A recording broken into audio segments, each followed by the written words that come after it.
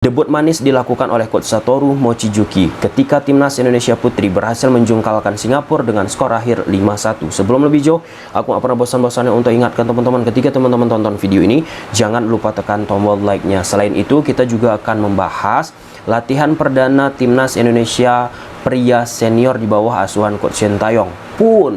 Pernyataan dari Coach Sintayong soal Elkan Baggett. Kita bahas yang terupdate terlebih dahulu. Indonesia Putri berhasil menjungkalkan Singapura dengan skor akhir 5-1.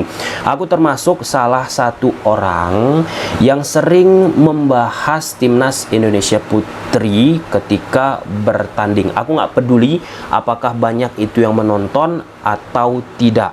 Nah, beberapa bulan yang lalu, bahkan secara eksklusif, kita menghadirkan pelatih Timnas Indonesia kala itu ya, sebelum Coach Mochi yang direkrut oleh Pak Erick Thohir.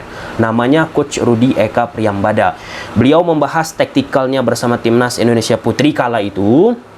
Kemudian membahas potensi-potensi pemain Timnas Indonesia Putri, yang dimana pemain-pemain yang pernah dipanggil oleh Coach Rudi Eka beberapa waktu yang lalu dipanggil lagi nih oleh Coach Mochi bersama Timnas Indonesia Putri dan menampilkan permainan yang sensasional. Serta tak kalah penting nih, kita pernah juga menghadirkan beberapa elemen-elemen stakeholder terkait yang ada di sepak bola putri. Salah satunya ya, membahas bagaimana nominal gaji pemain profesional pesepak bola putri yang ada di Indonesia. Apakah pendapatan yang mereka miliki bisa sama dengan pendapatan pesepak bola profesional pria yang ada di Indonesia? Tentu ini bukan rahasia umum teman-teman, kalau kita bicara pemain lokal pria yang ada di sepak bola Indonesia itu harganya fantastis. Nah, kita pernah membahas dengan pihak-pihak tertentu berapa sih nominal, contohnya ya, pemain Timnas Indonesia Putri seperti Safira Eka Putri, berapa pendapatan tertinggi yang dimilikinya. Itu pernah kita bahas. Nah, jadi aku harap teman-teman tonton, tinggal search saja Tommy Deski sepak bola putri Timnas Indonesia Putri.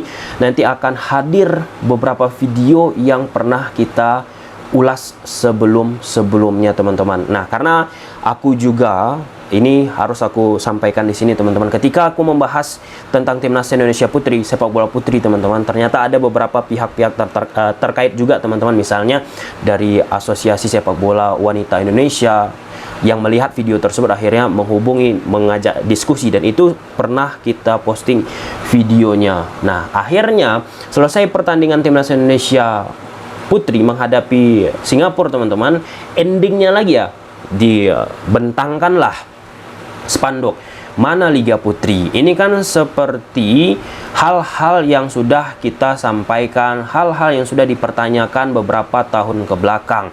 Timnas Indonesia Putri tampil di turnamen-turnamen ataupun event-event tertentu, sedangkan liganya nggak ada. Bagaimana kita mencoba berharap lebih? Dan bahkan Coach Mochi, Satoru Mochizuki yang direkrut oleh Pak Erick Thohir dari Jepang ini teman-teman, bingung juga dia melihat datangnya pemain Timnas ini dari mana. Liga nggak ada, jadi sulit banget. Nah, jika kita bandingkan apa yang dialami oleh Coach Sintayong dengan Coach Mochi, seperti yang sudah disampaikan oleh Pak Erick Thohir, ini Coach Mochi ini langsung dari inti bumi untuk memperbaiki Timnas Indonesia. Nah, kalau kita lihat teman-teman, Timnas Indonesia Putri, Timnas Indonesia, bukan Timnas Indonesia Putri, pertandingan-pertandingan yang dilakoni oleh Indonesia menghadapi Singapura, nah biasanya memang Indonesia lebih dominan, lebih oke dari sisi permainan di atas lapangan, dan terbukti ya di pertandingan ini Indonesia sangat dominan ketimbang Singapura yang kesulitan untuk masuk ke daerah final third. Kita bahas dulu dari sisi line up kedua tim. Nah, Coach Mochi di atas kertas gunakan pola 1-4-4-2. Di belakang ada Pani, penjaga gawang. Gol yang didapat oleh Singapura di saat Fani sudah mencoba menjemput bola ataupun menangkap bola ini, ada andil keputusan yang kurang presisi dari Fani. Jika ia sudah mencoba bergerak dari gawangnya teman-teman, harusnya seorang penjaga gawang bisa mengantisipasi hal tersebut. Namun, memang perlu kita tekankan teman-teman, sepanjang 90 menit pertandingan, duel-duel udara, areal duel yang dimiliki oleh pemain timnas Indonesia itu tidak begitu prima. Dan akhirnya di babak kedua dimasukkanlah Atin ya, menggantikan posisi Fani. Dan dari sisi kepercayaan diri teman-teman, confidence, Atin lebih bisa mengorganisir ataupun memberikan komunikasi kepada pemain-pemain belakang dari timnas Indonesia Putri. Kemudian 4 back ada Agnes, Safira Eka Putri, reading the game-nya oke.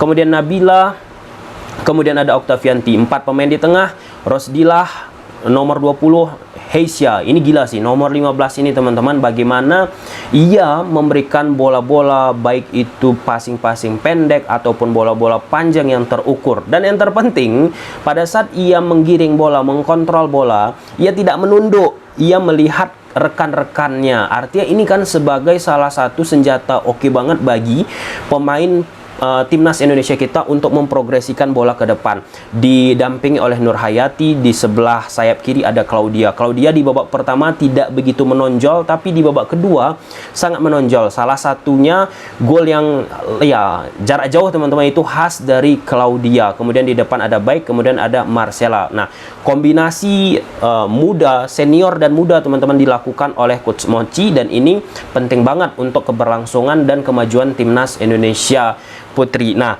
kalau kita menyikapi gaya permainan timnas Indonesia Putri ketika defensif teman-teman, nggak begitu banyak sesuatu yang istimewa dilakukan oleh Singapura. Kenapa aku katakan demikian? Kalau kita bicara dari sisi kualitas, misal menghadapi lawan-lawan yang lebih tinggi seperti misalnya Thailand, ataupun kualitasnya setara seperti Thailand teman-teman, salah satu yang sering diekspos oleh negara tersebut yaitu bola-bola daerah di belakang garis pertahanan timnas Indonesia Putri. Di pertandingan ini Singapura nggak melakukan hal demikian. Jadi secara defensif nggak begitu teruji timnas Indonesia. Meskipun tak teruji, beberapa masalah tetap muncul. Misalnya tadi sudah kita sebut, bola udara tetap menjadi persoalan dari timnas Indonesia. Nah, untuk lini depan defensif dari Singapura pun nggak begitu oke.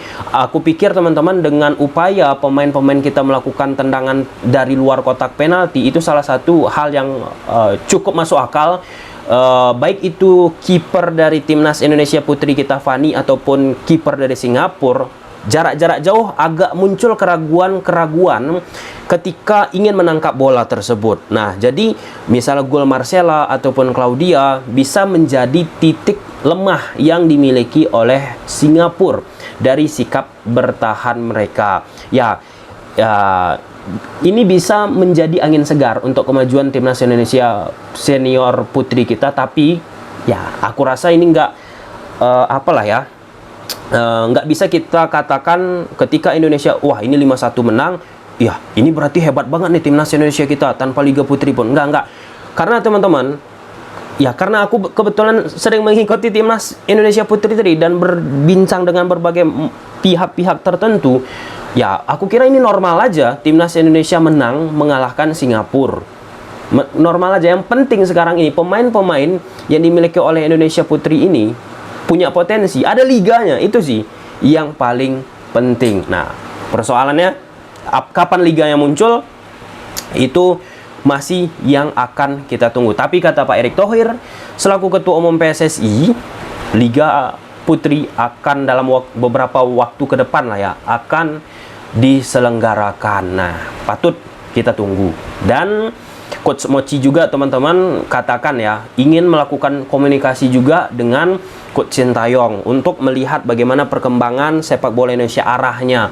Dengan Coach Indra Sapri pernah dilakukan oleh Coach Mochi. Nah, ini kan sinergitas yang sangat baik teman-teman untuk pelatih-pelatih timnas Indonesia kita, baik itu wanita, kelompok usia ataupun pria. Jadi sinergitas itu memunculkan nanti sebuah output kemana arahnya. Aku suka banget sih ketika Coach Mochi katakan ingin berkomunikasi dengan pelatih-pelatih timnas lain. Oke, kemudian masuk kita poin kedua, soal pemain timnas Indonesia pria mengalami cedera pada saat sesi training.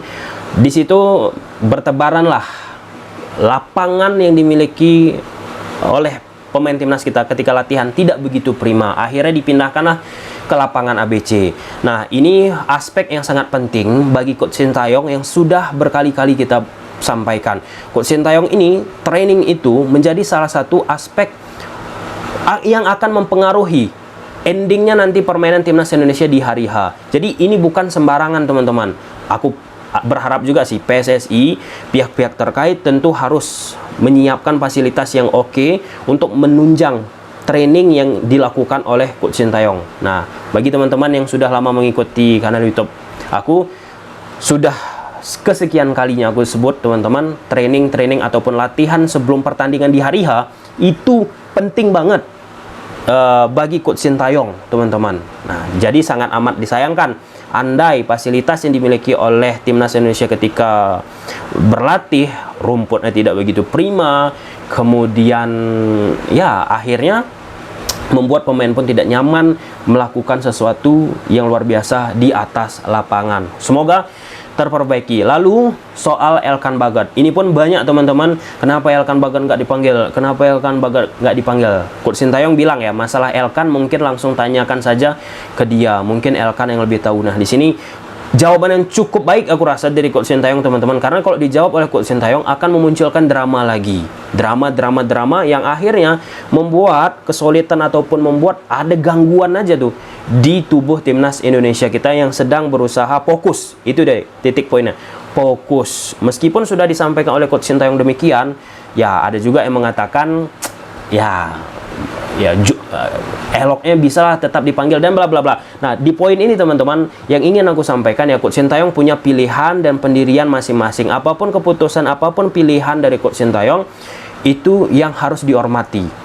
Nah, karena ini bukan pertama kali Coach Sintayong tidak memanggil pemain A, B, C, D. Ada 4-5 kali sepanjang Coach Sintayong bersama timnas Indonesia, ia tidak memanggil pemain A, B, C, D karena alasan-alasan tertentu. Nah, karena Elkan Bagat pun posisinya masih muda, potensinya pun cukup besar, ya semoga tidak ada drama ataupun hal-hal yang akhirnya membuat antara Coach Sintayong sama Elkan Bagat itu muncul gap. Dan bukan tak mungkin akhirnya Elkan Bagat pun nggak dipanggil. Itu kan hal yang tidak kita inginkan. Tapi apapun keputusan, apapun yang diinginkan oleh Coach Sintayong, termasuk ia tidak memanggil Elkan Bagat, tetap aku dukung, teman-teman, karena pasti Coach Sintayong punya pemikiran, punya pertimbangan kenapa pemain tersebut tidak dipanggil, baik itu berdasarkan analisis yang objektif ataupun berdasarkan pandangan yang subjektivitas. Oke, mungkin sampai sini aja dulu, teman-teman, videonya. Gimana menurut teman-teman soal timnas Indonesia Putri? Coba silahkan tulis di kolom komentar. Bye.